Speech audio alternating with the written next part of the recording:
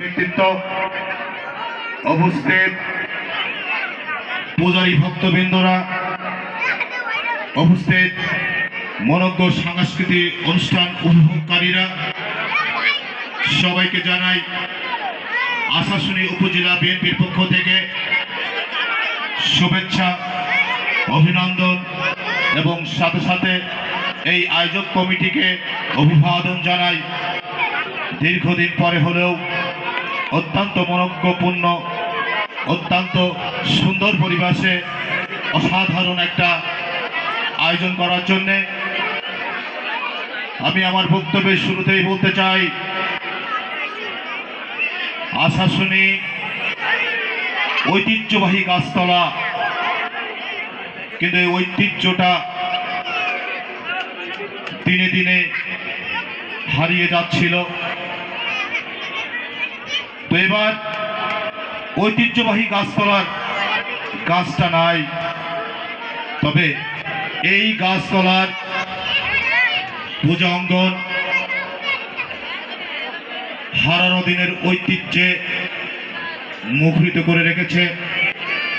আমি আবারও সকলকে এবং পূজা উদযাপন কমিটি সহ সকল ভক্তবৃন্দদেরকে আমি অভিবাদন জানাই। সম্মানিত ভক্তবৃন্দগণ, আজকের এই যে শ্রী শ্রী কালী পূজা আপনারা অভিবাদন করেছেন, এই কালী পূজা উপলক্ষে এই যে মনোজ্ঞ সাংস্কৃতিক সন্ধ্যা আর অল্প কিছুক্ষণের মধ্যেই শুরু হচ্ছে। তাই আমি যে উদ্দেশ্যে অনুষ্ঠানটা হচ্ছে সেই প্রসঙ্গে আমি কয়েকটি কথা বলেই আমি আমার কথা শেষ করছি।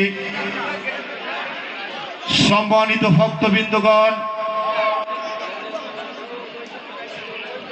আপনারা নিশ্চয়ই অবগত আছেন আমাদের দেবতাগণেরা